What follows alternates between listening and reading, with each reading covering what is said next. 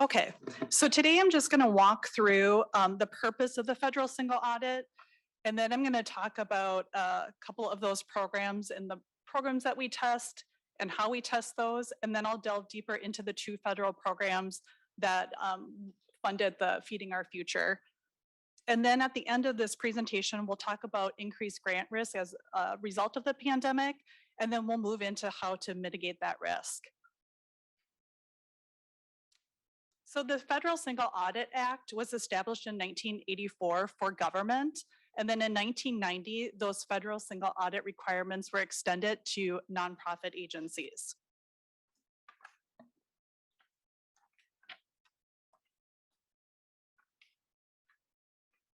So the federal government establishes essentially two thresholds for audits for the state of Minnesota. Those thresholds are: one, any audits that are over, any federal programs over $750,000 in federal expenditures. And then the second threshold is those federal programs are over $30 million. For the ones that are between $750,000 and $30 million, we pick those programs based on risk, but for those federal programs that are over $30 million, we are required to audit them every 3 years. So for example, the Minnesota Department of Education administers 2 of those programs. And again, these are the same 2 programs that Feeding Our Future receive funding through. And those are the Child and Adult Care Food Program, and then the Summer Food Service Program for Children, which is through the Child Nutrition Cluster. So as I said, we'll pick our audits. So those 2 programs would be audited every 3 years. And then again, based on risk, we pick other additional programs that are between $750,000 and $30 million. Now, just to note that those thresholds may have changed as a result of the pandemic. So this is when we last completed the federal single audit, which was for activity in fiscal year 20. So the federal government establishes for all federal programs 12 compliance requirements. And then in 1990, they took those 12 requirements and they wanted to focus more on the grants management. So they reduced that down to a maximum of 6 federal requirements. So then as auditors, what we do is we go in and we look at those programs, and then the federal agency and the requirements that they've selected, those 6 requirements, we gain an understanding of the internal controls associated with that program, and then we test those internal controls, and then we test compliance with the program requirements. And then at the conclusion of the audit, we follow up on all prior audit findings too. So we submit those findings to the federal government, and then we follow up with any prior audit findings from the previous year.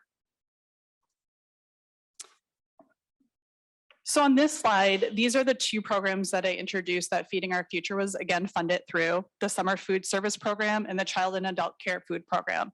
And as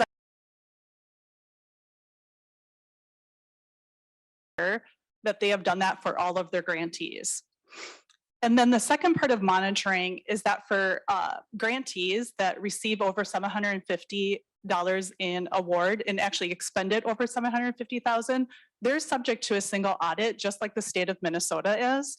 So the Department of Education, the grantor, also needs to make sure that they've obtained and they've reviewed the single audits that were performed of those grantees. And then finally, with monitoring, we're going to make sure that the Department of Education also tracked and followed up on any noted deficiencies. And we want them to track and note those deficiencies from not only the single audit, but from their own site visits or any other sources that they're aware of. And so also, just to be clear, on that previous slide, I talked about the 6 requirements for the 2 programs. So as auditors, we weren't required to test sub-recipient monitoring for both of those programs.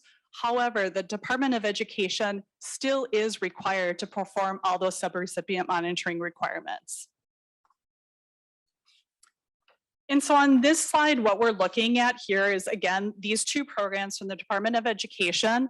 And it really just lays out that in 2017 and 2020, which are the 2 years that we audited these 2 federal programs, you can see when sub-recipient monitoring was required and when it was not.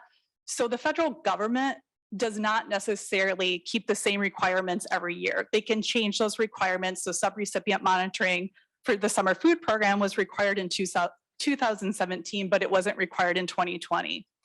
And then I added 2021 so that you can see that the state auditor who is responsible for auditing that activity this year is not required to do this because this program is over $30 million. It only needs to be done once every 3 years. But as I said in the prior slide, if there is a prior audit finding, they are required to follow up on those prior audit findings. So even if they're not going to audit the entire program, they will need to go back and look at any prior audit findings.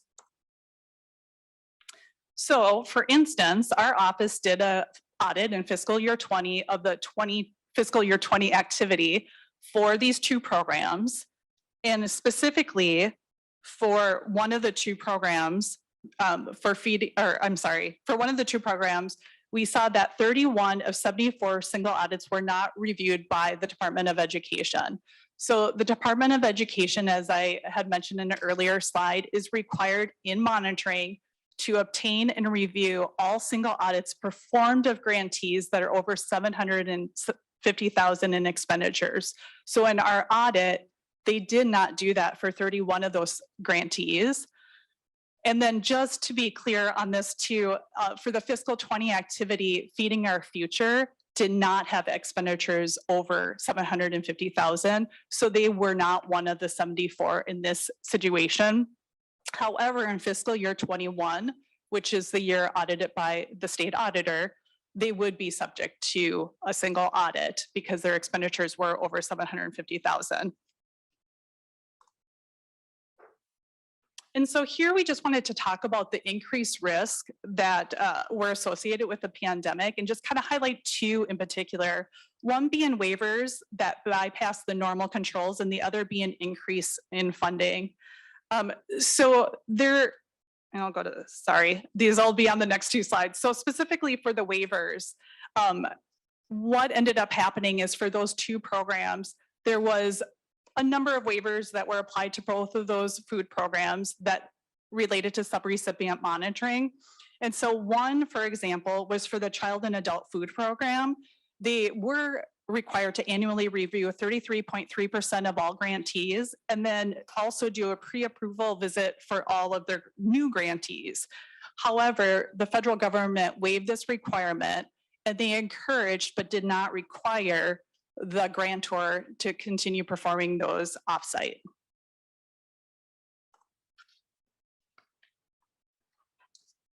And then for increase in funding, just wanted to talk about here specifically for these two food programs. I just wanted to give a layout of the expenditures. So for the last two fiscal years, you can see the total federal expenditures. Again, these are for the two programs, the two that we talked about, the summer food program and the child and adult food program. There was $158 million in 2020, and the activity increased to $736 million in 2021. Then on the second row, you can see I'm just taking a look at a subset of the total expenditures, and that's great for grants, aids, and subsidies. And then on the third row, you can see I took it down one more and just looked at a subset of the grants, and those were the activity to non-governmental entities. And then finally, you can see on the fourth row that this is the activity related to Feeding Our Future. So you can see in 2020, the percentage of the non-governmental entities was 6.7% for Feeding Our Future. And then in 2021, it increased to 43% in the non-governmental entities. That's $135 million that they increased from fiscal 20 to fiscal 21.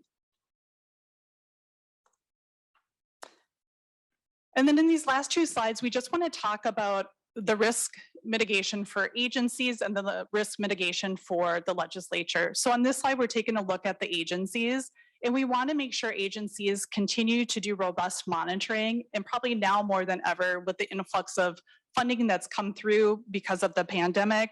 So for instance, with monitoring, we're looking at obtaining and reviewing documentation. We want to make sure that they're considering things that have a direct impact when they review things. So for an example would be reviewing invoices to make sure that that's something that was approved on the grant agreement and that there's adequate support for that expenditure.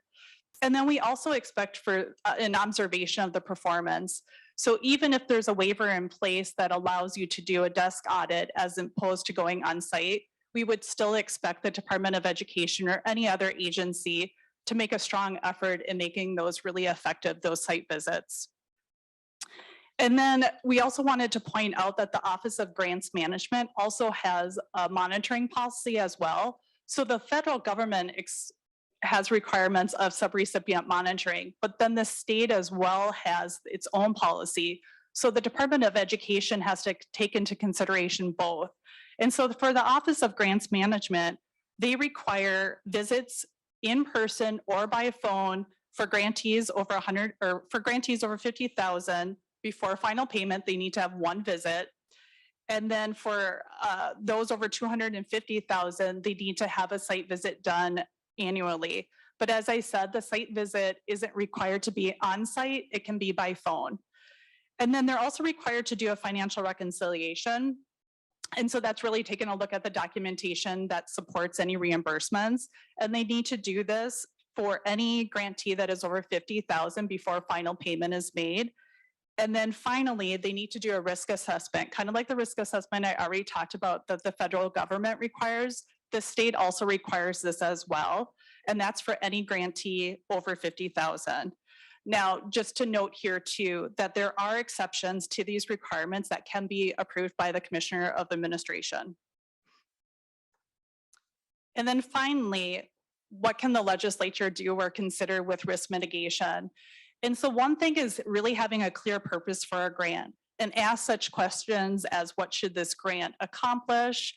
What services should be provided, and what are the eligibility requirements? Those are just examples. And then refrain from naming grantees in law.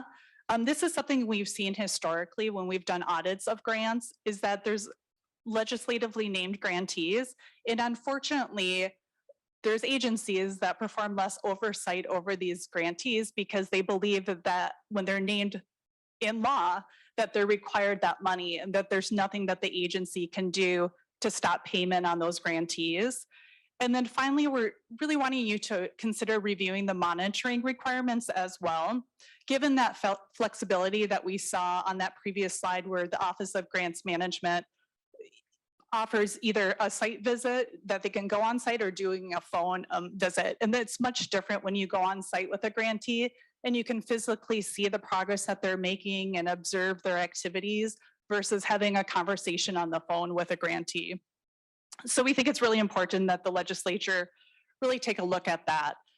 But reviewing the monitoring requirements, the legislature has already taken action and has approved OLA to do an evaluation of grants. So that is something that has already occurred. So with that, that ends my presentation. And if there's any questions. Thank you, Ms. Lyson. Take a couple of quick ones here, then we have to move on. Thank you for that. A couple of quick questions. One, page 4, just want to clarify something. You said 31 of 74 single audits were not reviewed. Is that a requirement in federal law to do that, to review all of those? Mr. Chair and members, thank you. Yes, that's required. So any grantee, this is coming from the federal government. So any grantee expending over $750,000 needs to receive a federal single audit. So just like the state of Minnesota, where we audit the state, or currently the state auditor audits the state, a grantee would then have to obtain their own single audit. And then the grantor, here being the Department of Education, is responsible to obtain that audit, that single audit performed of that grantee, and then review it and track those deficiencies that are affiliated with their program. Thank you, Ms. Lyson. One more. So on the bottom of page 5, was also noted that MDE, the Department of Education, was not required. The federal government threw a lot of money at this, and then they put a lot of waivers out there. But it's my understanding that with this language that they weren't required, but it didn't say it was prohibited, correct? So you could still go out there and do something, correct? Mr. Chair, that is correct. The federal government still wanted them to pursue monitoring, but they weren't requiring that to be on site. So they really encouraged it. They wanted that to continue, but it wasn't that it could go away altogether. Okay, thank you. We'll take one more from Senator Isaacs and we'll move on. Thank you. Thank you, Mr. Chair. I'm looking at what appears to be 8 on your slide deck. Is this slide in any way related to the fraud case of Feeding Our Future? Because you had So- said that there was 31 of 74, but that wasn't connected to Feeding Our Future. Is that correct? Mr. Chair and members, yes, that is So correct. why is it in this slide deck then? So it's in this slide to just draw attention to sub-recipient monitoring and that there needs to be oversight by any state agencies such as the Department of Education. So although Feeding Our Future was not one of those 74 in fiscal 20, they would be one of those in fiscal 21. They did have over 750,000 in expenditures. So whoever is performing, whoever they hire to perform a single audit, they are required to do so. And then the Department of Education is then required to obtain and review that single audit. So just to give a poke to MDE then from you guys. Got it. Correct. Thank you. Yeah. Yes, Ms. Randall. Mr. Chair, Senator, no, the reason was not to poke at MDE as you suggested. The other reason for pointing this out was that we had a finding in 2020 on this issue, which then meant that Office of State Auditor would have to follow up on that in its current financial audit, its single audit in 21. So that was why we were drawing your attention to it, is to point out where the testing of subrecipient monitoring would be expected to happen in this current. But again, not related to the actual fraud situation. Thank you. Yes. Thank you, Ms. Randall and Ms. Lyson. Thank you very much for your work and what you do out there for all the stuff across the board. It's a lot of work. Thank you very much. Next up, we're going to have some testimony from Kathy Mays from Loaves and Fishes. Again, we're just kind of, so one concern here is that stuff like this tends to impact and affect other nonprofits. There are a lot of good nonprofits out there, do a good job. And we want to make sure that we recognize that as well. And we asked Loaves and Fishes to come and share a few thoughts about their process because they were part of an article in either the Strib or the Pioneer Press or both about this situation. So we wanted them to come in, share some information about their what they do and how they prevent this sort of fraud. So welcome to the committee. Please state your name and who you're with for the record. You may begin. Thank you. Sure. Thank you, Chair. Good afternoon. My name is Kathy Mays. I'm the Executive Director of Loaves and Fishes, Minnesota.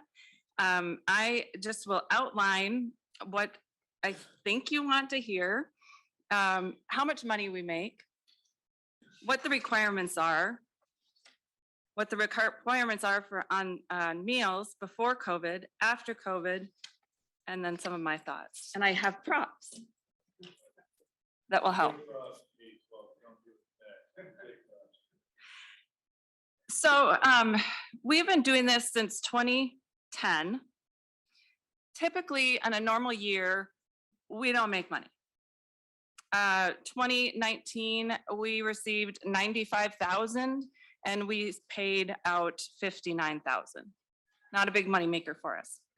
So yearly requirements, we are required to apply to be a sponsor. We need to raise our hand and say we want to be a sponsor again. We have to create other applications for sites that have changed locations. We have to reapply for each site every year and share our schedule of meals. Ms. Mays, I just want to confirm something. Are you defined as a sponsor, correct? We are a sponsor. So you receive the funds and you distribute them. Okay, thank you. Correct. We visit every site once a year and twice for new sites. And we do that ourselves as well as the MDE. Every site must display posters. I'm getting a little granular on this, but this poster needs to be displayed. If it's not, meals that day are not counted. We also all year long have a Justice for All poster.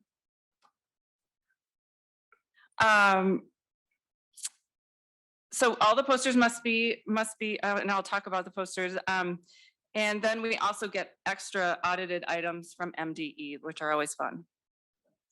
Meal requirements. We must contain a protein, a grain, a fruit, vegetable, and a milk. Snacks, you only have to have 2 of 4. They all have to be certain amounts. This is a 6 ounce, a 4 ounce, and a 2 ounce.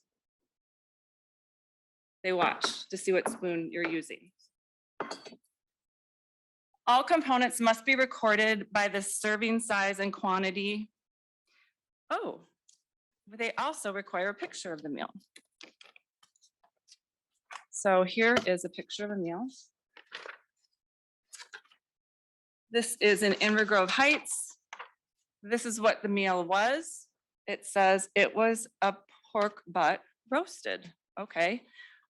So there it is. It's pork, rice, coleslaw, fruit, and vegetables. And that night we served 26 children.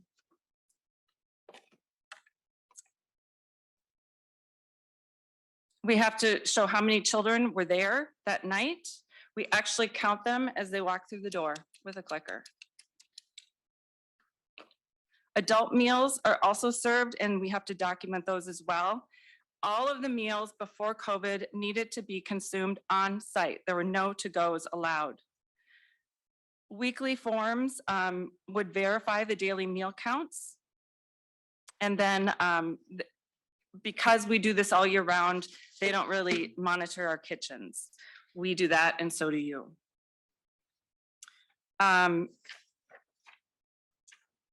We then send in the meal counts, and that's all we send in. We don't send in any of this. This happens when they come to site and audit.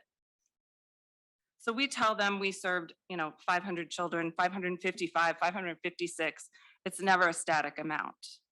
During the pandemic, we no longer were required to see the children on site. We made a sign that said, we need to know if any of these are for children. And then we go up to the car and the mom would say, I need 2 for adults and 2 for children. And we also told our staff, do not assume that same mom who drives up tomorrow is going to need 2 for children. She needs to say it's 2 for adults, 1 for a child tonight.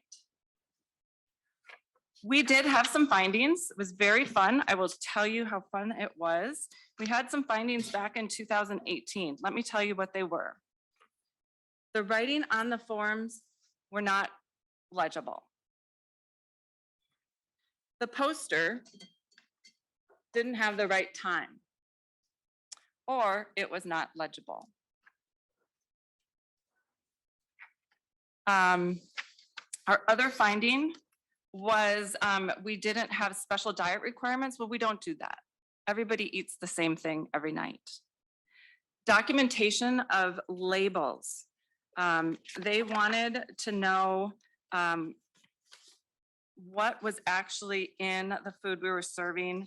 And at Loaves and Fishes, we could not show them this on everything. We tried our best, but if it was chicken, god darn it, it was chicken.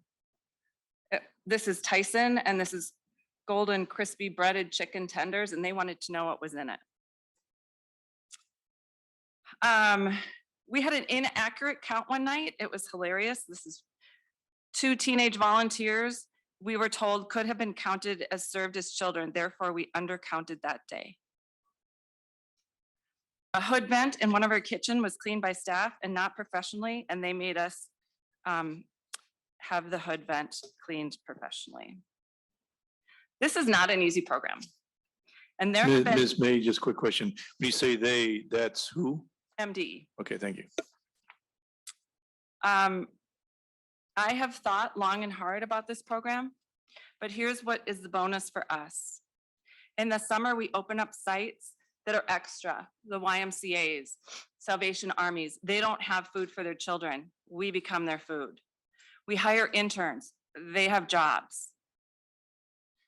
We work hard to feed good food. the kids get healthy meals. For us, it's worth it for that. It's not the money.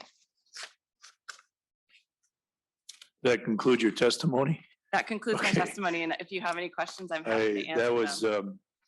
was very helpful and instructive. Highly regulated then, right? I mean, you Highly showed- regulated. You showed the different sizes and scoops and you talked about the findings. Highly regulated, so it'd be hard for someone to come in and just pick this up and go. You gotta have some background experience, correct? Correct. You And had it's to- so regulated that we would not allow anybody to just use our sponsorship. They couldn't do what, Ms. May? We would not allow another organization to use our sponsorship and go do this work. Sure. We're going to keep this really close. Okay, all right, thank you. Members, we have time for a question if you have one. Senator Duckworth? Just one. I would imagine that the work you do, in your experience, very, very difficult to scale, especially very quickly. Would that be an accurate assumption to make? Ms. May? It's very difficult to scale, Senator. Thank you. So we're gonna move on to the commissioner now. Thank you, Ms. May, very you. instructive. Thanks. Thank you for your help. Okay, now Commissioner Mueller.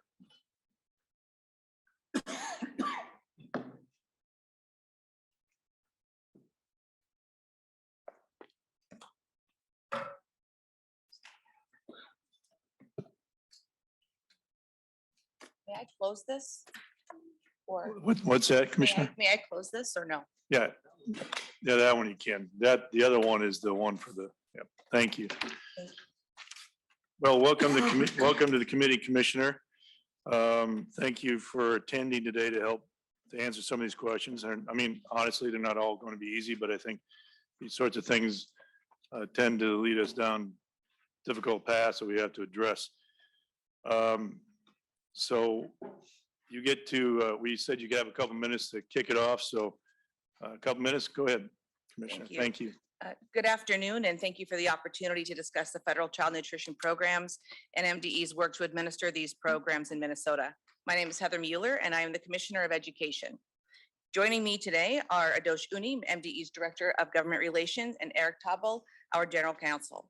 The federal child nutrition programs play a critical role in our students' overall well-being because childhood hunger can have a lasting impact not only on our students' academic success, but also on their mental health, both in school and outside of school.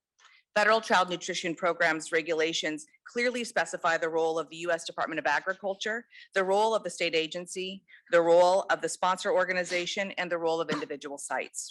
In Minnesota's case, MDE serves as the state agency administering these programs, and our role, based on the federal nutrition regulations, is to work with sponsors such as school districts, child care programs, and nonprofit organizations who in turn manage sites who serve meals. I am grateful for that our team at MDE takes advantage of the work that we do and takes our role incredibly seriously in working with these federal programs. And staff work diligently to ensure that the federal regulations are met. In fact, MDE's nutrition team has received accolades from the USDA on multiple occasions for administration of the nutrition programs in Minnesota, and more recently, high praise from the FBI and the U.S. Attorney's Office. While our MDE team oversees many nutrition programs today, I am focusing on two programs in particular: the Summer Food Service Program, also known as SFFP, and Child and Adult Care Food Program at Risk, also known as CACFP. While our MDE I'll walk through some information about the federal investigation into Feeding Our Future and MDE's diligent efforts to catch the inexplicable growth of Feeding Our Future's program very early on, flag it for the USDA, and continue pushing until we eventually began working through the FBI. I want to be very clear that it was our team's diligent monitoring that allowed us to identify concerns within the program so quickly in the summer of 2020, and MDE is not under investigation. While there will be some aspects of this process that I won't be able to address today on the ongoing and federal investigation of Feeding Our Future, I will be able to provide you with a general overview. As you know, on January 20th, 2022, federal law enforcement agents executed multiple search warrants at properties associated with site operations under Feeding Our Future, a sponsor of USDA child nutrition programs across the state of Minnesota. As a result, on January 20th, 2022, MDE moved to immediately terminate Feeding Our Future's permanent agreement on the USDA's Child and Adult Care Food Program and the Summer Food Service Program, and issued a stop pay order to halt all payments to Feeding Our Future. These, however, were not the first actions MDE took with Feeding Our Future. Feeding Our Future began operating the summer food service program on June 30th, 2020. In late July of 2020, MDE observed rapid growth in the number of community sites sponsored by Feeding Our Future, as well as an exponential increase in meal reimbursement claims and dollars flowing to the sponsor.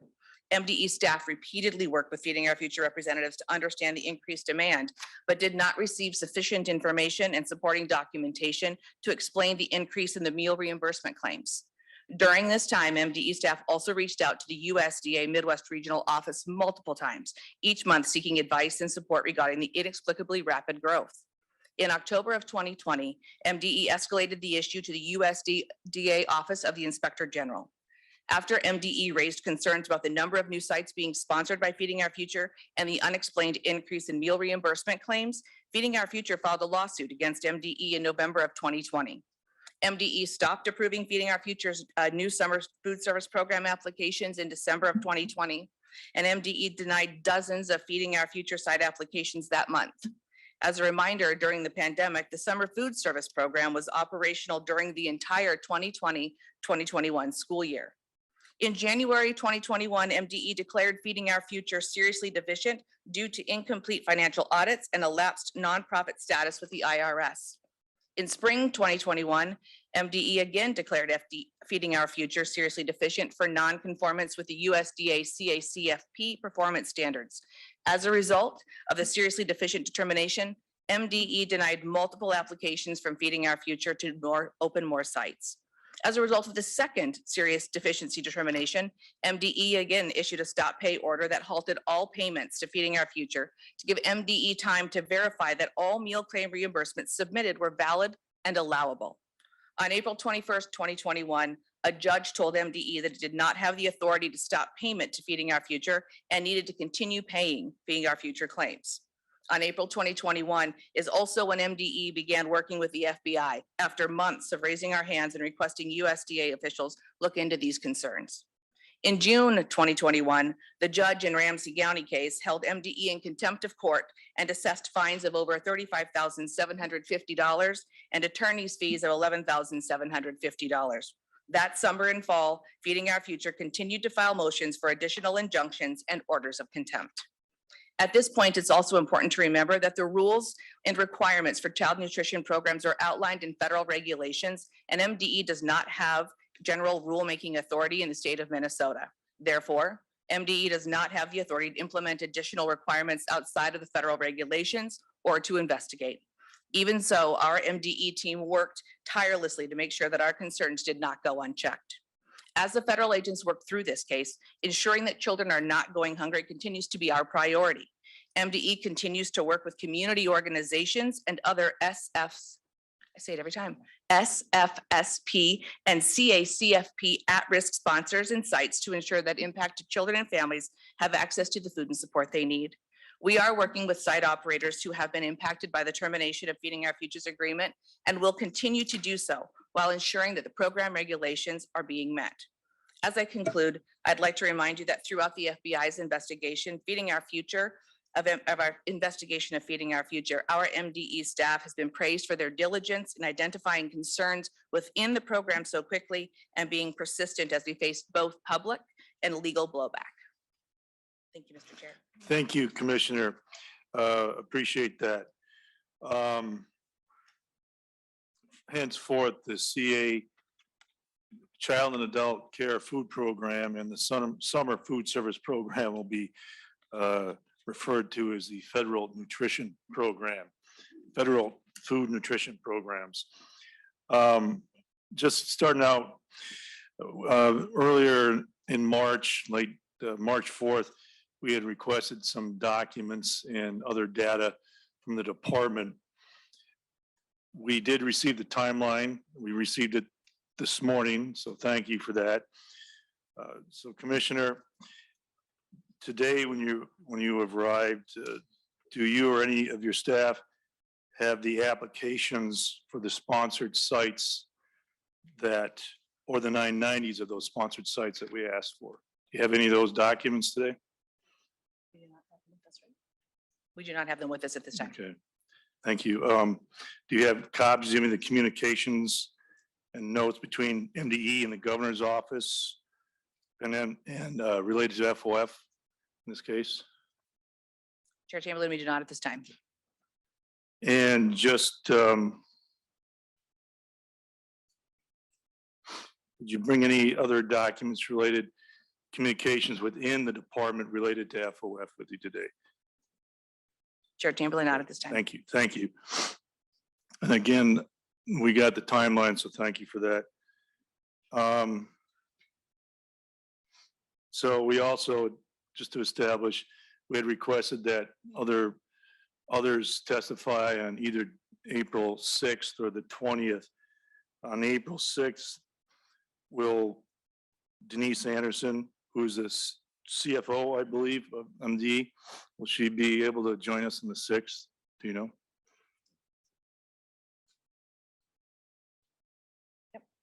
Yes, Chair Chamberlain, she will be able to So join us. Okay, she'll join us.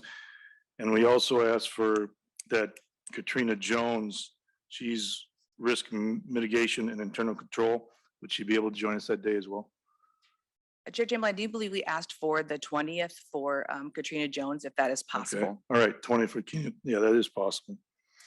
And finally, on this, just this area, on the 20th, specifically, would Darren Corte, Assistant Commissioner Corte, be available on the 20th? Yes, Chair Chamberlain, he will be available.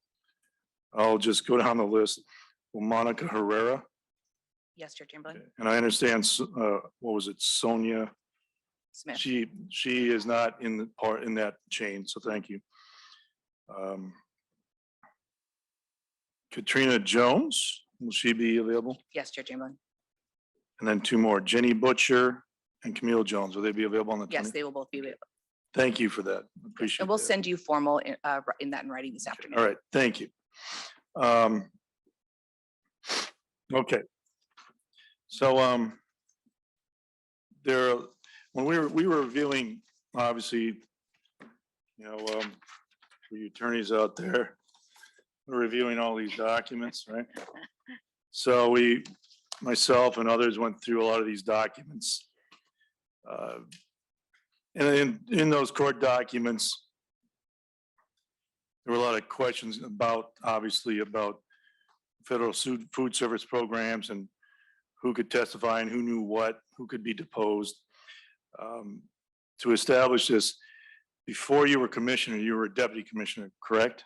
Yes, Chair Chamberlain. And so, and I'm just trying to establish a chain here. And you're experienced and well-versed.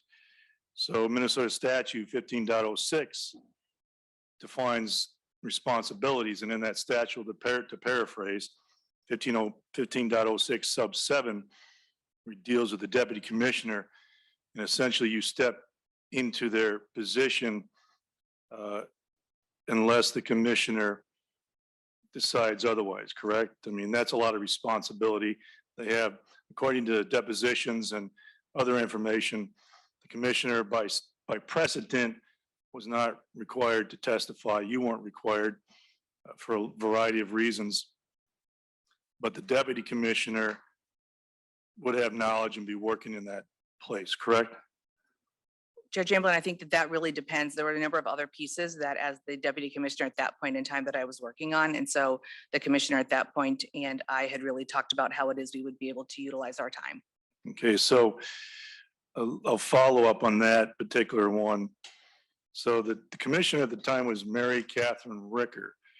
Was she fully in charge of oversight of this process then? As she was there, she left, she resigned, I think, in mid-March of March 9th of 2021. You were appointed and took the office on April 1st. So did Commissioner at that time, Mary Catherine Ricker, did she handle the majority of these issues regarding the establishment of this food program and the waivers and increased funding? Was she in charge of that, or was that you? At that point in time, it was Mary Catherine Ricker. Okay, so at that time, then Commissioner Mary Catherine Ricker was in charge of the oversight and taking charge of this new program where the waivers, where there were created waivers and the increased funding. Okay. So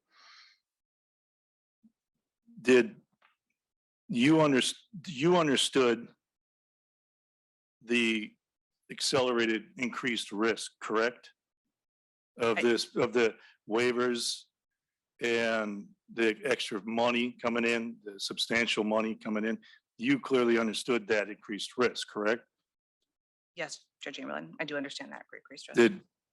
Is it your belief that the commissioner then, Mary Catherine Ricker, understood that risk, increased risk as well? That, Judge Chamberlain, I'm not going to be able to speak to. I'm not going to be able to speak to what she knew or did not know, or assume or did not assume. Okay, thank you. So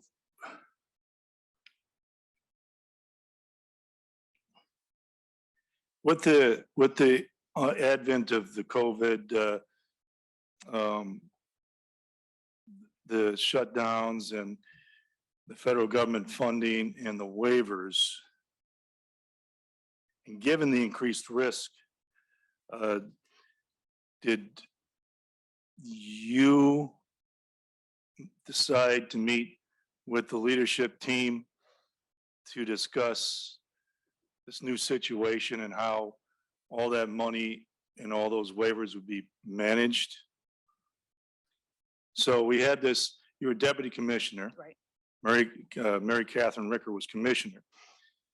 This pandemic hits, and obviously you were dealing with other things in the whole department, right? Whole series of issues. But this was clearly one issue that had to be dealt with and managed as well. You have a finance team, you have a nutrition services team. Did either you or as deputy commissioner or Commissioner Mary Catherine Ricker establish that did you bring together an emergency team, you sit down in a room and say, here's what we got, here's what we're going to do? Did you gather your team together and discuss that problem and how did you discuss the problem? Did you bring the team together, and then was that problem discussed, how you might deal with it? Chair Chamberlain, as deputy commissioner, I did not bring that team together. So that And was, so I won't be able to speak to what Mary Catherine Ricker was able to do, but I do know that our risk assessment team, our finance team, and our nutrition team, as well as all of the other teams, as money was coming in for grants and support, did review our processes and identify ways that we were going to be able to meet the letter and intent and spirit of the law, in addition to being able to also be flexible, as there were a lot of changing pieces that were happening with the pandemic. okay, I'm going to follow up on that a little bit. So now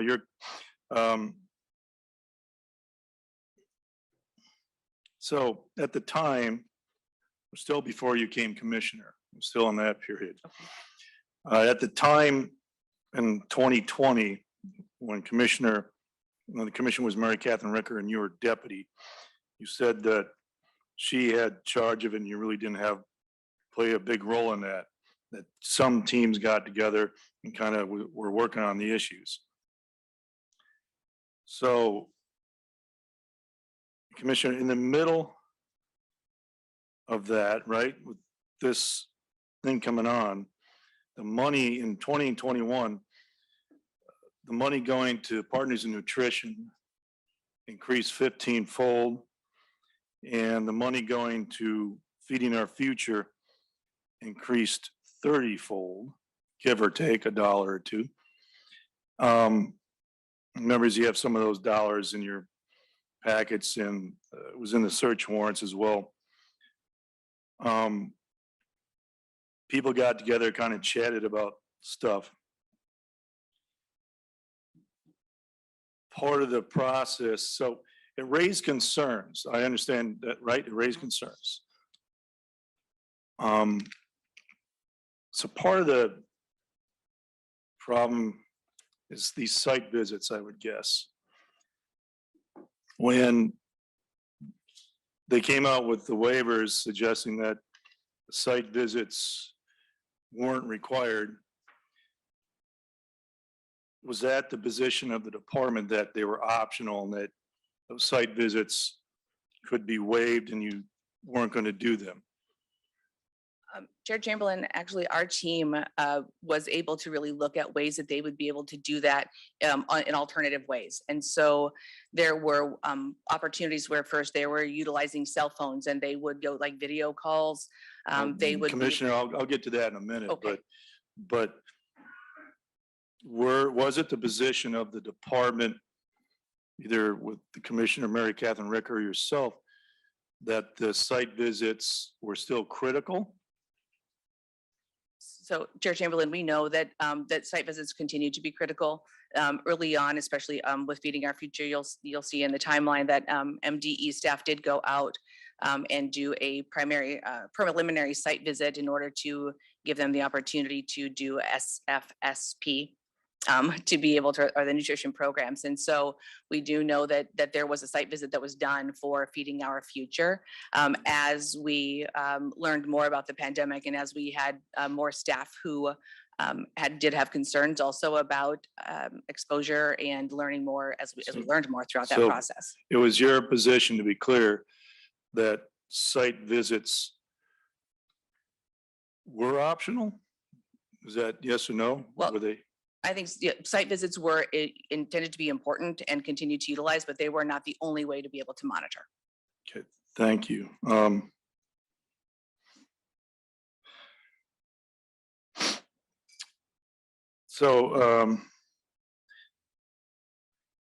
going to go on to this other little section. We're going to jump forward now just for a few minutes. Some of the court documents said that there was a conflict of interest. When you became commissioner, we're going to be in a position when you're commissioner, it's after April 21st, April 1st of 2021, you're commissioner now. So we're going to move that forward and you're there now. Some of those court documents that due to your role, you couldn't, part of the problem with you giving a sworn deposition was due to your role as on the administrative appeal board.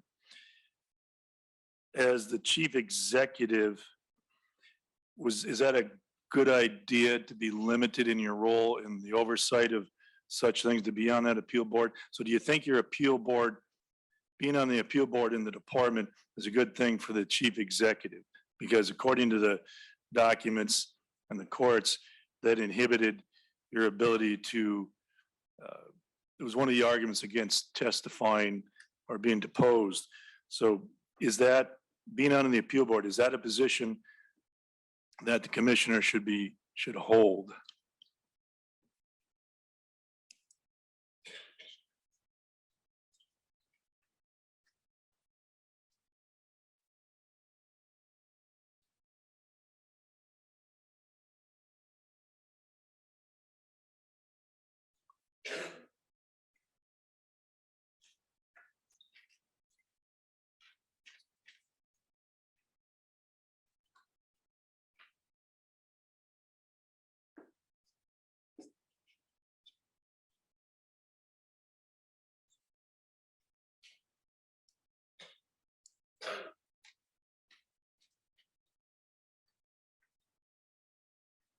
Thank you, Chair Chamberlain. I appreciate all of your patience. We just want to make sure we are not misstepping and stepping into any investigations.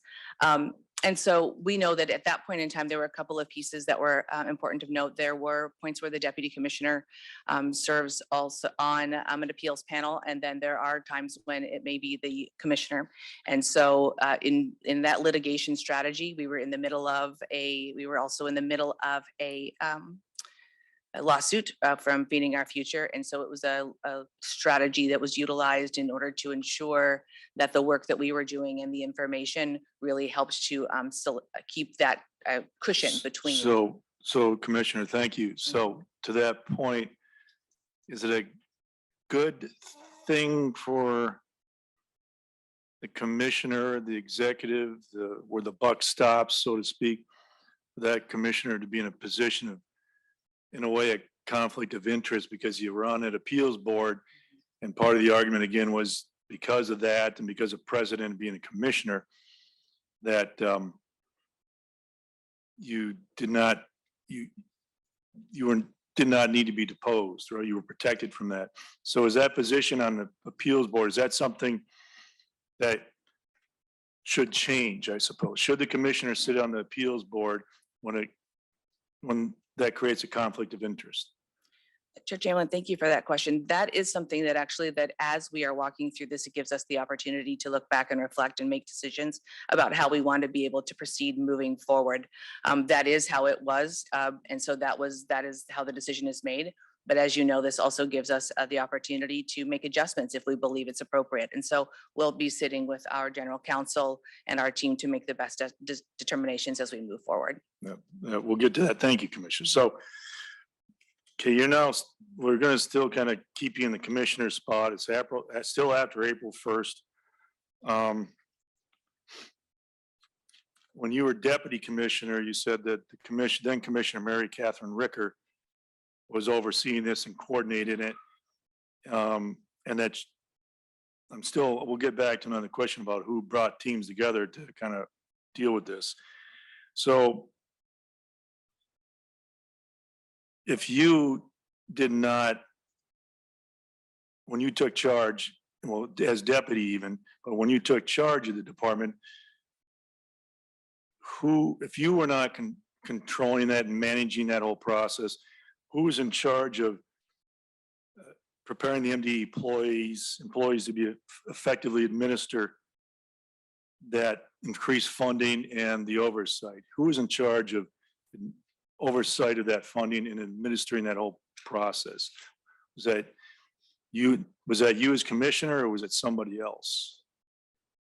So Chair Chamberlain, as I stepped into that role in April of 2021, the grants were already up and running and the pieces were moving. I had the opportunity to be brought up to speed on some specific components that were aligned with what was happening with Feeding Our Future.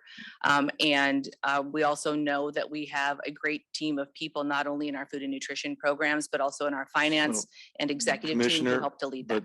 Thank you for that. But who is, it's really a two-word answer.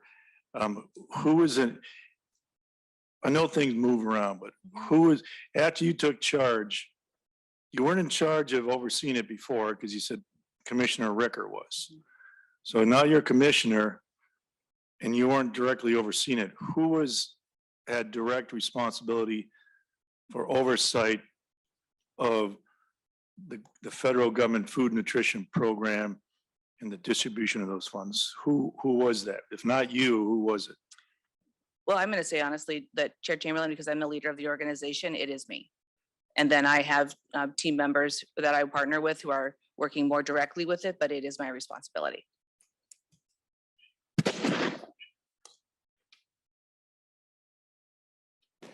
So, okay, thank you, Commissioner. So we're going to go back to the site visit thing. I just want to clarify this. Did the Department of Education at any time willingly adopt the optional federal waiver to make site visits optional during this time? Was there, during that period, did anybody at MDE make the decision to accept the optional site visits and not visit sites for the time? Was that decision ever made at MDE? Chair Chamberlain, the answer is yes. Okay, so there was a point where it was determined not to visit sites. Okay. And may I add on to that for a Yeah. moment? Okay, so yes, that decision was made and there were alternative ways to be able to do that. And so while that was part of that. Yep, you're getting ahead. okay, Now I'm okay, right there. Okay. Okay. So, but you would agree, Commissioner, that site visits are important, right? The site visits are critically important. Yes, I think they are one critical component. All right. So during this time, did the site visits decrease? During that, say from March 20, from the onset, say, let's just say April 1st, because it took a little bit of time for the federal money to come through and things to organize. So, and you said that at one point that the decision was made not to make site visits. Do you think that the infrequency of site visits contributed to the ability of these organizations to steal the money? Do you think the reduced site visits helped to increase or contributed to the ability of these organizations to commit theft?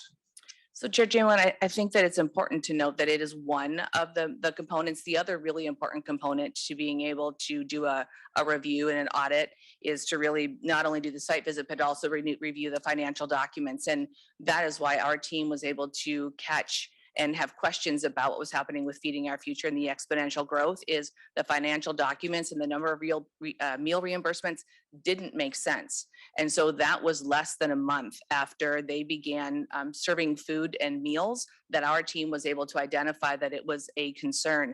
And then throughout that process, continued to be able to do that. And so when I say that it's one critical component, it is one critical component, but the other piece is really also being able to look at those other pieces. And that's what our team was able to do. It's what the FBI and the U.S. Attorney's General's Office has been able to flag, is that we were incredibly quick in being able to identify the causes. I think that what actually allowed the theft to continue was the number of barriers that we encountered every time we raised the question and the issue. Well, we're gonna stay in site visits here for a minute, Okay. Commissioner. So one of the search warrants, I won't read off the whole thing in the citation, it's long. But if somebody wants it, I can get it. It's in one of the search warrants. The FBI search warrant says, quote, state government stay-at-home order and telework policies left the program vulnerable to fraud and abuse. We kind of already established site visit issues. So that was unquote. So in the midst of the COVID, during an October 16, 2021 site visit, one of the employees was accused of stealing a bag of groceries. Now, I'm not getting into that. I read through it. I mean, okay. But so your employees, one of your employees was there in October of 2021. So they did make a site visit. So they were out at sites, correct? Yes, Chair Chamberlain, that's correct. Thank you. And some of them also went on weekends, correct? So site visits were performed on weekends, correct? Chair Chamberlain, Yes. And I'm sorry, your name again, sir? Eric Taubel, Taubel, General Counsel for MDE. Hubble, correct, sir? Taubel, yes. Okay, thank you. I just like to caution yourself and the panel not to tread too closely to the federal investigation for risk of compromising the work our federal partners are doing. So Mhm. specifically asking the commissioner to comment or verify on allegations made in the affidavits by the FBI agents supporting their search warrants, I think is probably a line we don't want to cross today. And so I'd appreciate if the questions didn't find their root in the veracity of the claims in the affidavits filed. I mean, like the alleged stealing of food, that particular, If your question begins with the paragraphs in the affidavits supporting the search warrants, I would advise the commissioner not to answer those questions because we don't want to imperil the investigation. so if it, just so I understand, so if I'm citing from a search warrant, that would be, you're saying get into that interference area, correct? Yes, sir. Okay, thank you. Mr. Chairman. Yes, Senator Newman. Mr. Chairman, I believe the commissioner has already testified that the department is not under investigation. I assume she is not under investigation. Normally, we would see a refusal to comment on an ongoing investigation that involves law enforcement. I really don't understand the legal basis that the commissioner would have for refusing to answer questions because of an ongoing FBI investigation that they are not involved in or under investigation of. Ms. Hubel? Mr. Chair, Senator Newman, uh, gotta look around the computer. yeah, sorry.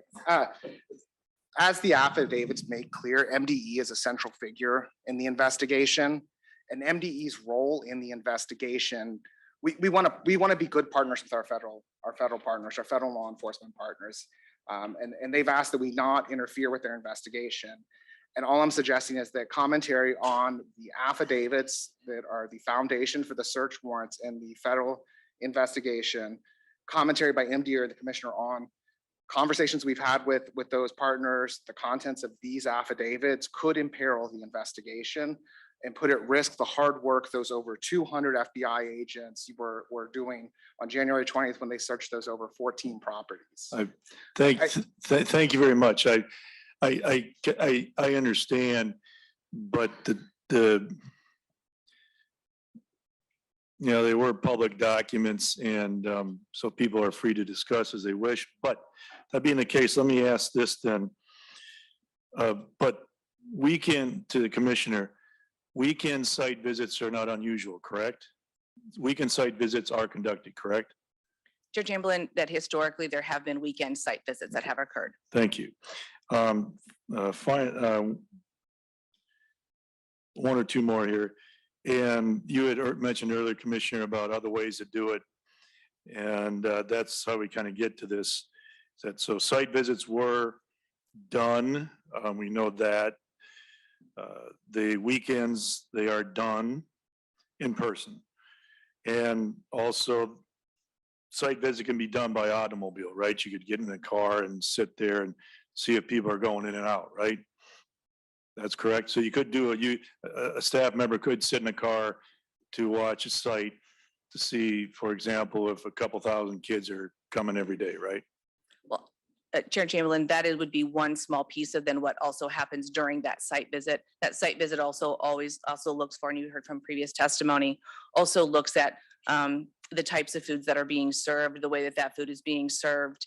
Also looks for the health and safety, making sure that there are pieces within the health and safety components that are also part of that process. And so sitting in a car and counting students it would be a very minor piece of what we're really looking for. Thank you. Just to sum this up on the sites then, which is a vital part of this thing, because that doing that might have prevented some things from happening. Just to sum up, and I think you said this earlier, but I want to be clear.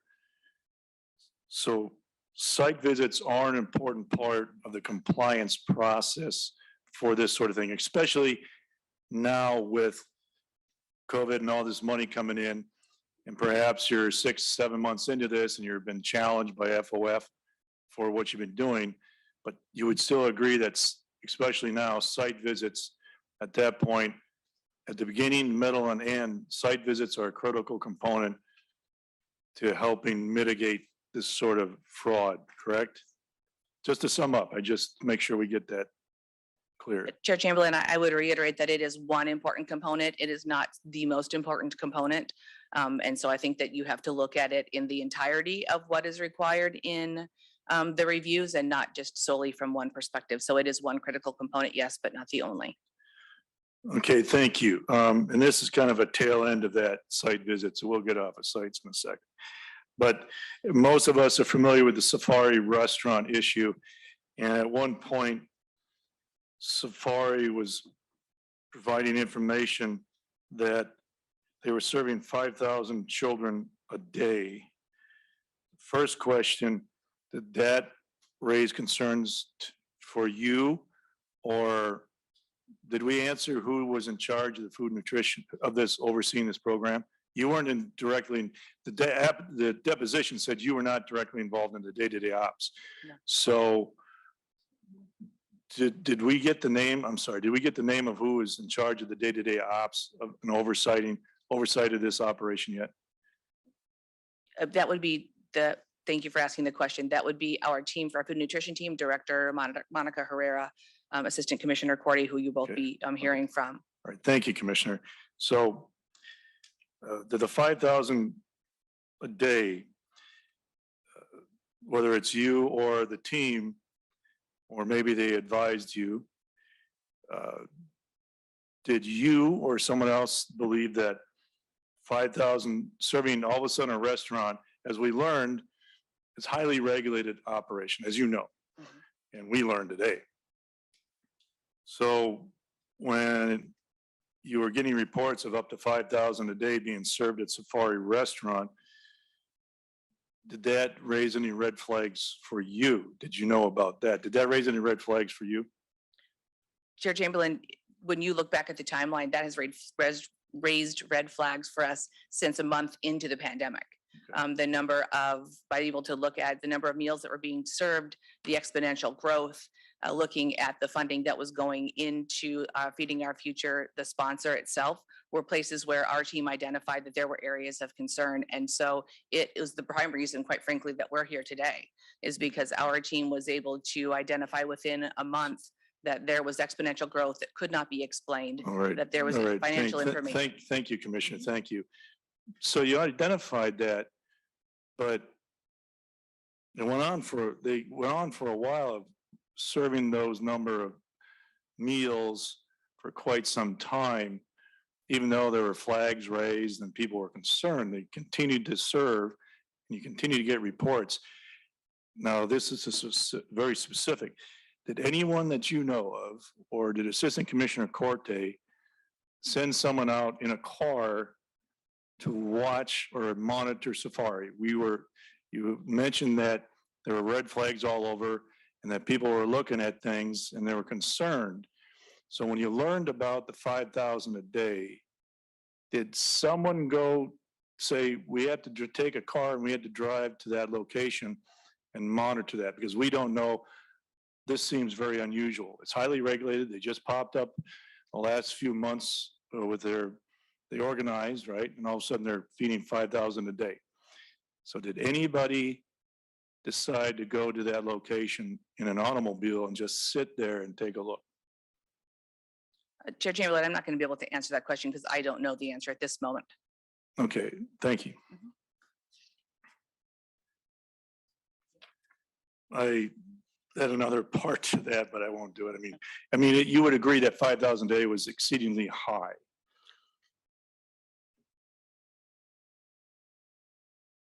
Well, Chair Chamberlain, I think that, yes, I would agree that that is incredibly high. I think that it's also important to, to remember that at that point in time, we knew that we were going to be serving meals to every single student is possible across the state of Minnesota because of the waivers that were given through the USDA. What we didn't know was the number of students that were going to participate.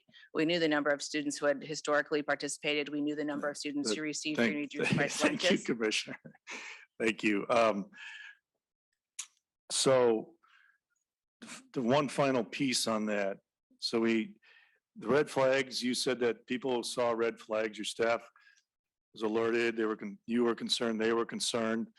Maybe former Commissioner Mary Catherine Ricker was concerned. So let's take that one incident. There were several like that in different places, but that one I think helps. If someone drove out to that site, that would have identified clearly that something was wrong, correct? Chair Chamberlain, we knew clearly that something was wrong by looking at the information that was on the meal But yet, disbursements. Commissioner, you continued to pay them and you didn't stop that one, right? Actually, we stopped paying the sponsor.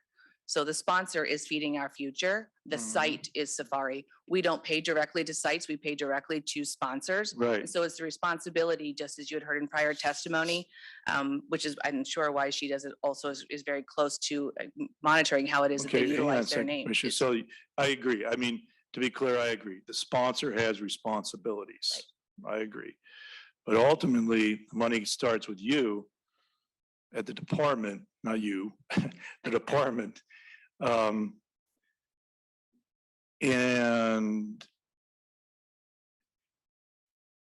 I'm going to move on from that because I'll wrap that. It just seems to me that if you went to the site, it would have identified it clearly that they're not feeding any children there at that time. So your suspicions would have been confirmed and we'd be, your suspicions would have been confirmed. Okay, the department, or maybe yours or assistant commissioner of court team. So I keep saying the final thing in sites, who would have the authority to authorize those site visits? Is it the assistant commissioner or is that, does it need that level of thing, but who gives the authority to make a site visit? Usually during in normal times when there's not the midst of a pandemic, it is part of what is included in the job description, and that is part of the director of nutrition services Okay, work. so- But because of the pandemic, it was in addition to, it's really looking at purposefully making a decision and working with our staff to determine if they felt safe, and it was they were able to make those site visits. But again, we did use alternate ways to be able to do site visits. It didn't require just solely going out. You could utilize, there were times where we utilized cell phones and they had a 15-minute conversation, be able to show what they Okay. was Yeah, happening in that location. Same thing That's with fine. teams. Thank you, Commissioner. I know there's a lot of different things that go into it. So they were claimed to be serving 5,000. There were red flags going up. People were concerned. In the end, there was just an administrative review, and one would think that a site visit could have helped out a bit. Anyway, we'll move on. Thank you.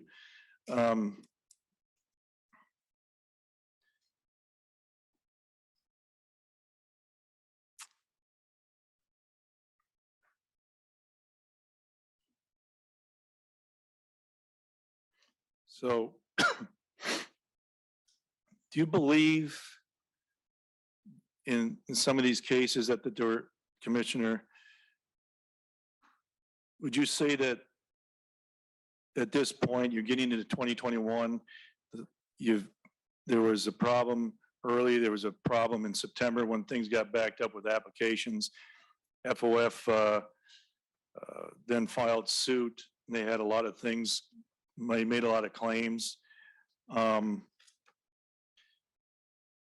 So we're moving forward, but do you believe that what went on in the department to mitigate this risk was insufficient? So was it insufficient to capture and stop the fraud?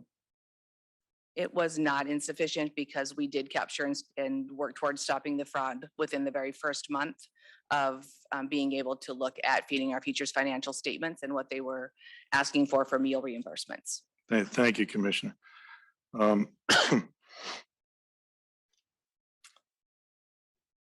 I'm going to, so different area. Now, I said we were staying within the department, but I'm just going to test the water on this one, Commissioner. There is a reason for it.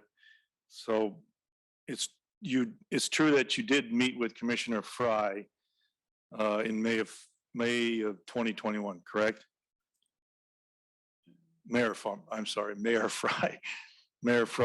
Minneapolis Mayor Fry in May of 21, correct? I can honestly tell you that I don't remember what month it was in. I don't have that in front of me. I did attend a meeting for introductions and then had to step away to another urgent meeting. Okay. Thank you. Do you know, Commissioner, how many meetings there were with Mayor Fry?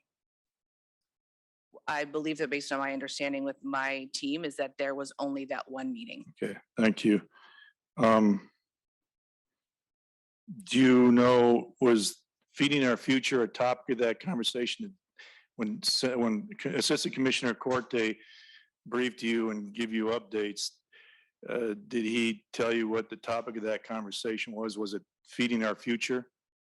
When our team followed back up to have conversations about what was it the topic of conversation, it was nutrition services, but there did not mention any specific sponsor. Okay. I'm going to jump back here now for a minute. The scale of this ramped up pretty quick, and we got a lot of work, right? A lot of stuff going on, a lot of money coming in, a lot of that, people, organizations popping up. So due to the scale of this, can you tell me who informed the department, the OIG, the USDA Office of Inspector General of the concerns about what was going on?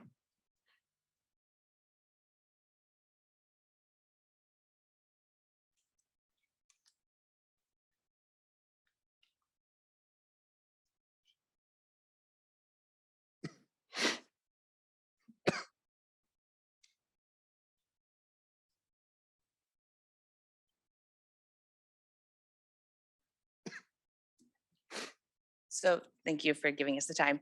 When we know that because the MDE does not have rulemaking authority and investigative authority, we do need to be able to reach out to the Inspector General or the USDA.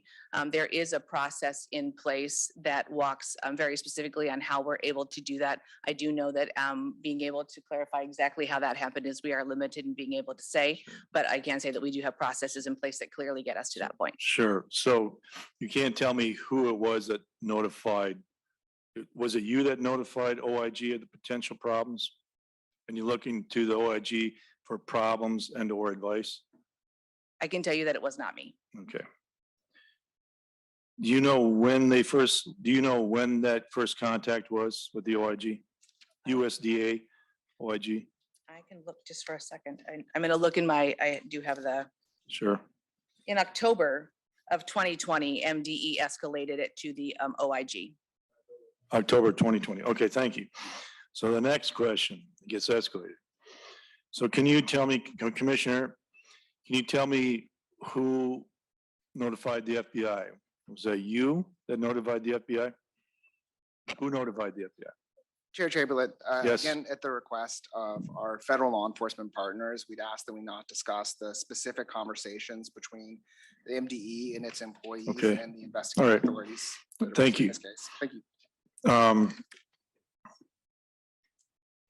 And I think we were already told that the FBI was informed in, was it April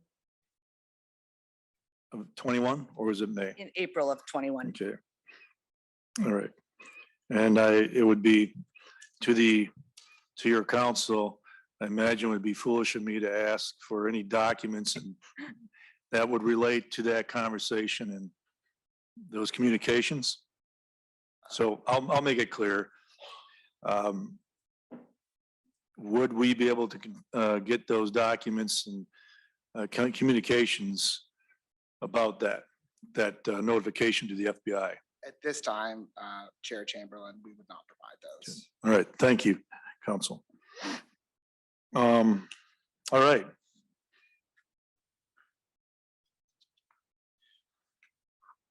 All right, I'm going to jump to a couple other kind of critical things. We're going to be finished up here soon, so we're just going to continue here and wrap up. I don't have a lot left. In April of 2021, it was a be specific, is that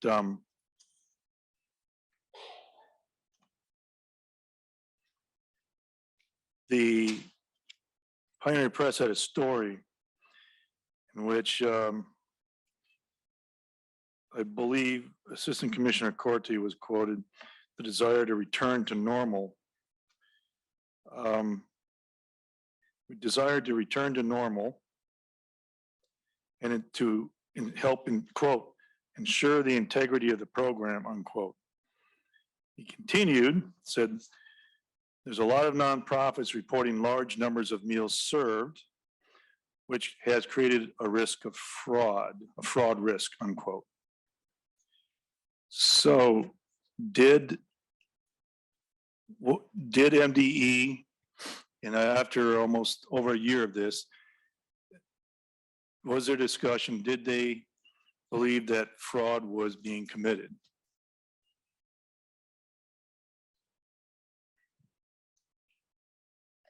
Chair Chamberlain, I know that Assistant Commissioner Cordy is going to be able to be with us on April 20th. And so I think that that would be Okay. a conversation that would be better suited for him. Thank you. Kind of a bookend to this. So a few months later, Assistant Commissioner Corte, who got tied up in this unfortunate event of lawsuit, he was being deposed, a deposition. And, you know, they were going through trying to narrow things down, obviously. There was a question in there. I'm going to get it here. That was asked of Assistant Commissioner Corte. The question was, if MDE suspected intentional acts of fraud within these programs. Question was from the other counsel, plaintiff counsel, asked if MDE suspected intentional acts of fraud within these programs. Assistant Commissioner Corte responded, no. I'm going to ask you, Commissioner, do you believe, at that time, did you believe fraud was being committed in these programs? There were a lot of red flags. Your staff was doing the work. They saw stuff going on. So it is a pertinent question. Was there a suspicion within the MDE Department of Education that fraud was taking place? Chair Chamberlain, I think that we know that because MDE doesn't have investigative authority, we aren't able to really identify if it's fraud or can it be able to identify what that is. We did have concerns based on the growth, the exponential growth that we saw and the reports that were coming forward for meal reimbursement. And so there was not a label or a title that I would be able to give at this point in time. We do know is that we raised flags of concern.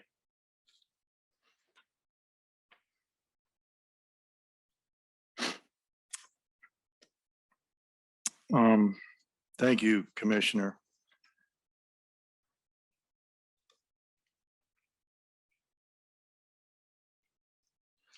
So I'm going to jump back. It's connected to Mayor Fry. So there were conversations, or at least one meeting between the Department of Education and Mayor Fry. And that may have been to discuss feeding our future issue, food nutrition programs issues. You said you were not there long, introed, and you, I think it said you were zoomed in, correct? During the period this was going on,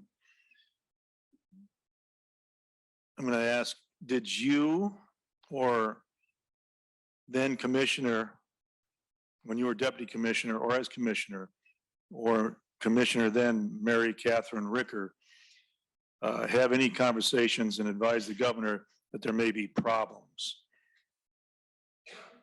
Chair Chamberlain, as you know, that it was very clear because of all of the litigation that was happening, that there was public knowledge of the concerns around feeding our future, and that there were also identifications of their lawsuit and subsequent lawsuit of that.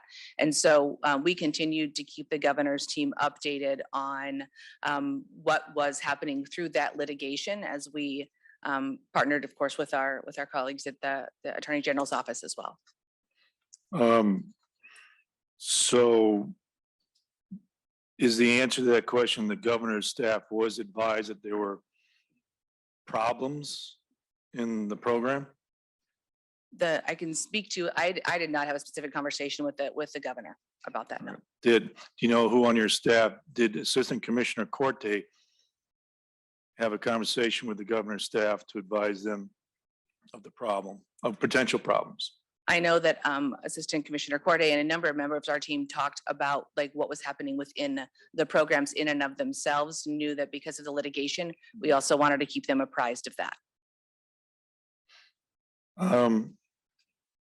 Okay, so some people in your team in the department may have met with the governor's team to apprise them of some of what was going on and challenges.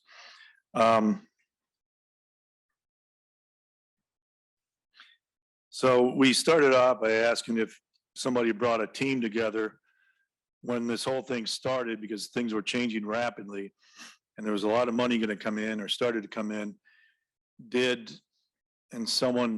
Some team got together to start talking about this. I'm not clear that I'm not clear that in my mind that what happened was, okay, people, we're having a meeting at 9 o'clock in the morning tomorrow. We got this thing going on. We're going to come in this room. We're going to talk about this, and how we're going to protect our system and how we're going to manage this.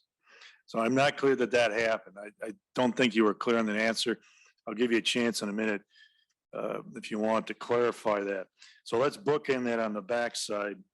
So now it's been going on. The FBI has been notified. OIG has been notified, talked to. The FBI has been. Lawsuits going. Things happening.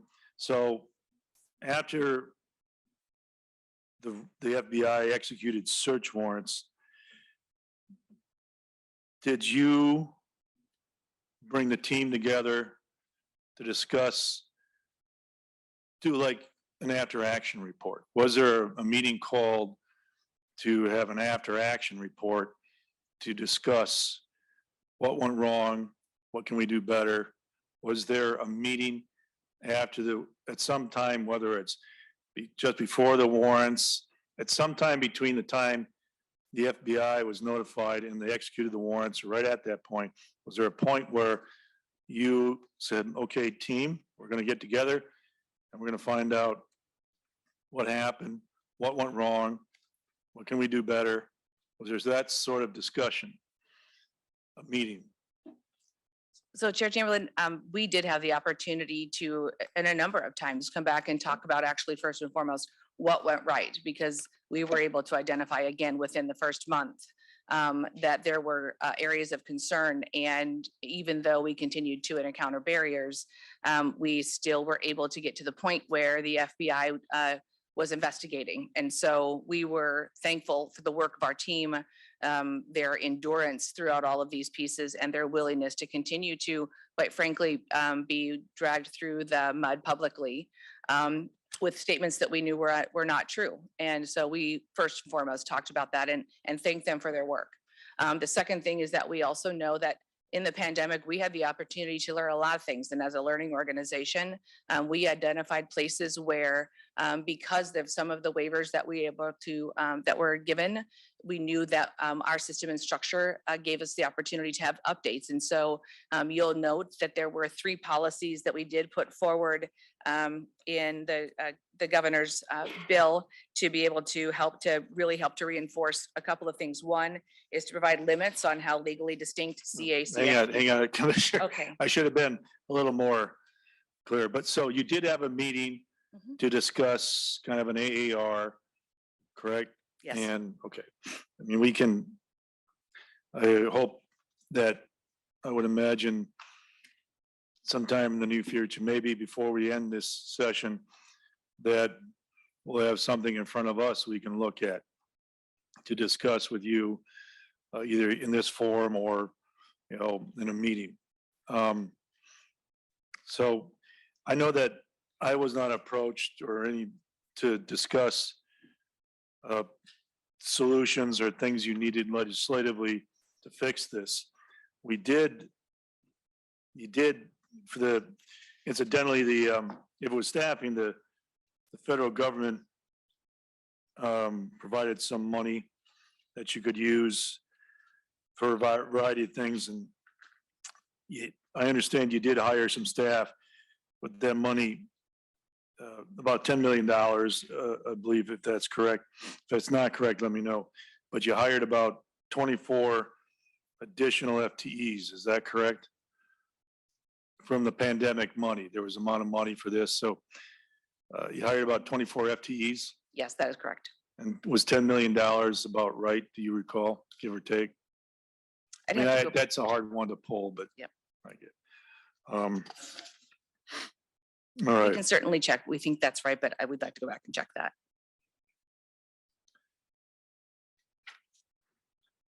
Okay, so you got the staff, there was staff, and I would say that that you were trying to get through tough, we were all trying to get through difficult times. But I'll say that this committee, at least I was here in 2021, we were not approached to do anything to address this issue that came upon you. There was some increase in funding where could get into this, that, and the other with that, but there was increased funding and there was money from the feds to hire staff. So I guess for me, it begs the question that part of the planning process here, we'll just go to this and I think we'll wrap up, was there a discussion in those pre-meetings to reallocate any staff? I mean, at that time, I'll say you hadn't received the extra money yet. I get it. So at the beginning of this in April of 2020, you didn't have the 10 million and you had not yet hired the extra staff. But at some point, did you decide to reallocate staff within the department to address this particular issue? And again, I understand there were closed schools and you had to manage that, but there was also a ton of money coming through that ended up getting lost. So was there any discussion about reallocating staff in that process?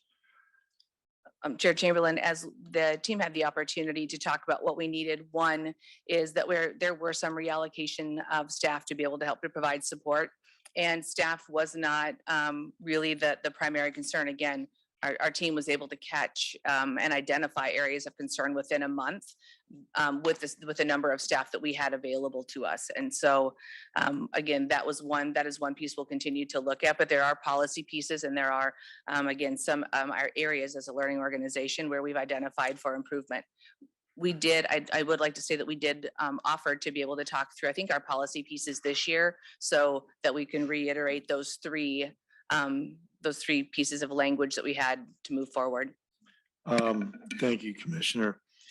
Boy, I keep going back to sites. Sorry for bouncing around a bit. And then I probably got one or two more and then we'll wrap up. So we talked about the site visit, what was being done was insufficient.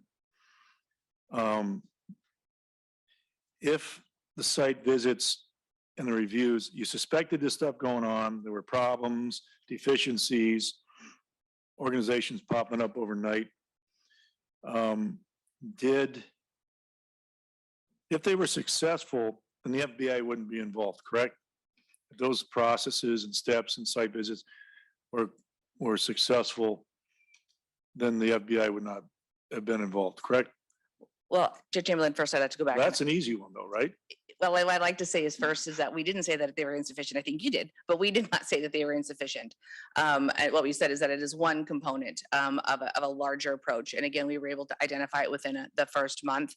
And we would say that again, that we know that we were able to, as a team, our team was able to identify that within the first month. And so again, the FBI and the U.S. Attorney General's office has identified and praised the work of our team in being able to do this. I cannot say that even with that additional component, and we did do a site visit, again, for the pre-approval, for the preliminary approval of Feeding Our Futures to be able to even become a nutrition program. Thank you, Commissioner. Well, it's a difficult thing, right? Because you took over April 1 of 21. And there's a gap there, but you were deputy commissioner for a while, but you said you weren't involved in that much. And Commissioner Mary Catherine Ricker was more involved in managing it at that time. All right. Okay. I got two questions left. One.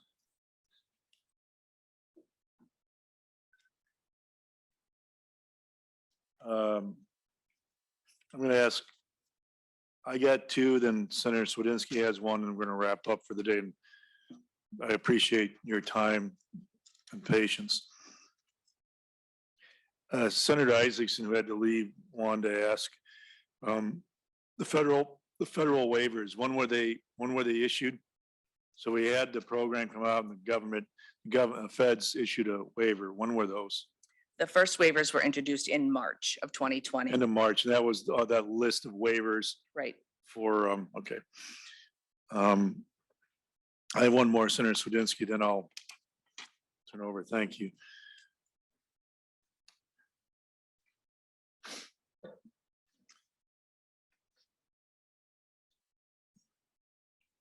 So this is, so obviously Minnesota's the fraud here. Not gonna say alleged, not you, but what happened was much larger than anything in any other state. In other states, Chicago, I mean, they didn't have this problem, at least not I heard of yet. I shouldn't say declaratively and confirmatively, but largest in the country. So what was it? I mean, we're not more inclined to this than other states. Is it in your opinion that are the administrative procedures that were in place at the Department of Education were much weaker than those other states? I mean, that's what we're trying to get at here. Find out where we can fix it. So Chair Chamberlain, I would not say that. I would say that we're sitting here because our process worked. I think that we were able to identify the fraud or if the alleged fraud that has been moved forward for Feeding Our Futures. What we do know is that at no time was responsibility of the Department of Education did the USDA waive our need to be able to continue to provide monitoring, and that is exactly what we did. That's why we were able to identify it in the very first month to be able to raise flags. That's why we walked through a process where we were being sued when we knew that we had areas of concern, and we're still needing to held in contempt of court the same month that we were began working with the FBI. And so I would say that our process worked. I can't speak about what's happening to other states, and I don't know if other states are looking into their funding to identify areas of concern. But what we know is that we were able to do this work, and we were able to do it well. Thank you, Commissioner. All right, Senator Swedinsky, you had a question? Question and a comment, or a comment and a question. Anyways, I've sat here for quite a while, and I gotta admit, I'm in awe. I really, truly am. When I've been hearing the testimony and the timeline, and that you guys caught this in the greatest educational upheaval in 160 years of Minnesota history, when we were dealing with distant learning and hybrid learning and remote learning and parents and kids and bus drivers and cooks and social workers and counselors and the whole system was being tested. And I imagine at the Department of Education, your phones and emails and computers were exploding every single day with a lot of questions by a lot of people, and that throughout all that, the system worked. That the public servants caught that there was something awry, and I hope on the 6th and the 20th. And I guess my question to you, and maybe this is a bit premature because maybe my question should be asked after we hear from some of the other testifiers that the chair is asked to come and present, but someone somehow suspected something was going wrong, and that person, whoever we find out that it was, should be applauded at some point, because I'm sure this was not on their radar whatsoever, given all the tumultuous things that were going on. And so I hope that person gets a little plaque or gets celebrated at some point. And I'm really going to look forward to hearing the testimony, because ultimately my question is, and maybe again, this might be premature, but how did you get this right? And what lessons can we learn?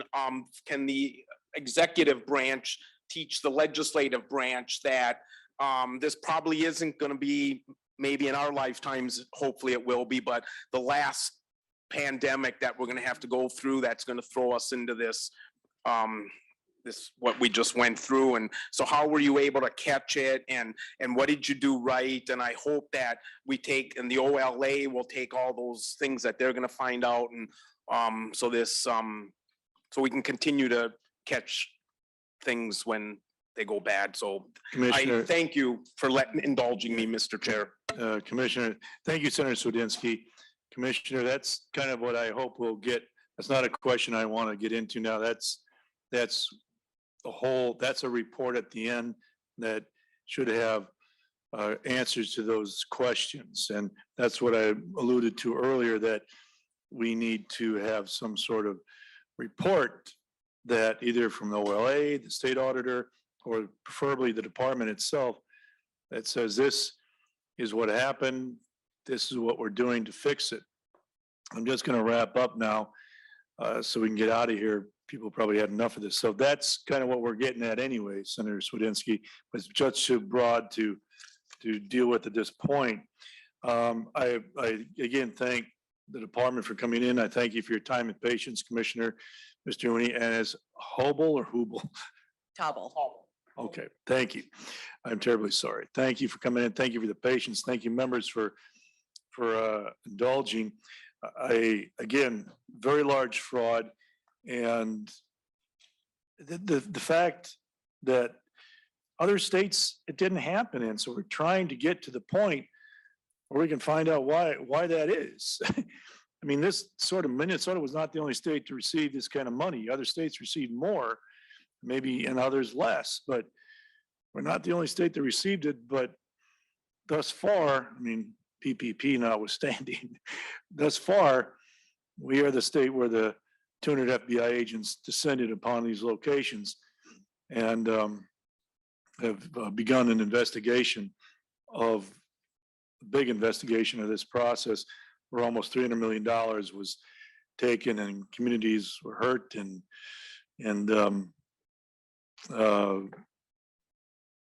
nonprofits are concerned about their continued existence. So we want to make sure all nonprofits are not painted with a broad brush here.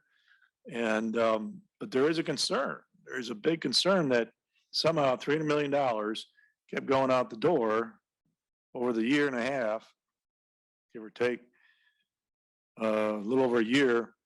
And some people said it was found and caught.